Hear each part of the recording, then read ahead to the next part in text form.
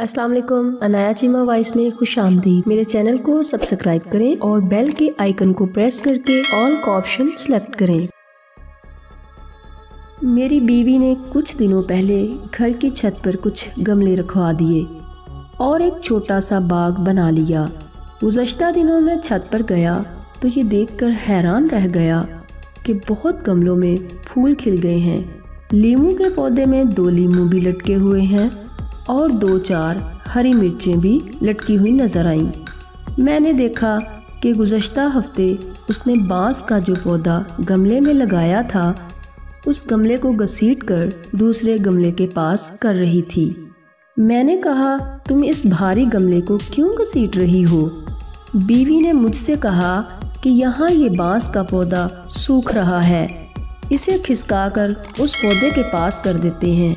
मैं हंस पड़ा और कहा, अरे पौधा सूख रहा है तो खाद डालो, पानी डालो, इसे खिसकाकर किसी और पौधे के पास कर देने से क्या होगा?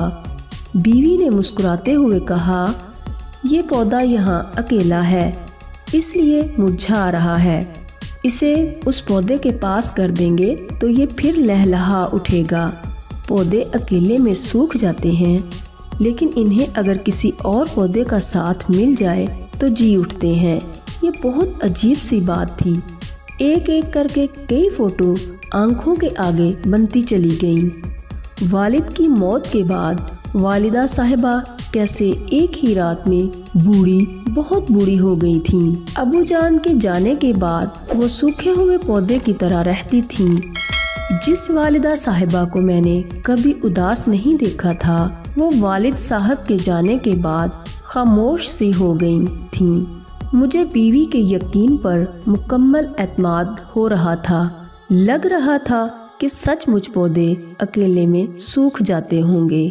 बचपन में मैं एक बार बाजार से एक छोटी सी रंगीन मछली खरीद कर लाया था और उसे शीशे के जार में पानी भरकर रख दिया था। मछली सारा दिन गुमसुम रही। मैंने उसके लिए खाना भी डाला लेकिन वो चुपचाप इधर उधर पानी में घूमती रही और उसको डाला गया सारा खाना जार की तह में जाकर बैठ गया। मछली ने कुछ नहीं खाया। 2 दिनों तक वो ऐसे ही रही और एक सुबह मैंने देखा कि वो पानी की सतह पर उल्टी पड़ी थी। आज मुझे घर में पाली वो छोटी सी मछली याद आ रही थी। बचपन में किसी ने मुझे ये नहीं बताया था।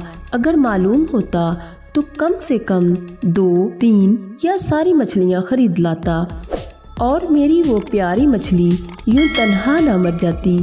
मुझे लगता है कि दुनिया में किसी को तन्हाई पसंद नहीं। आदमी हो या पौधा, हर किसी को किसी न किसी के साथ की ज़रूरत होती है।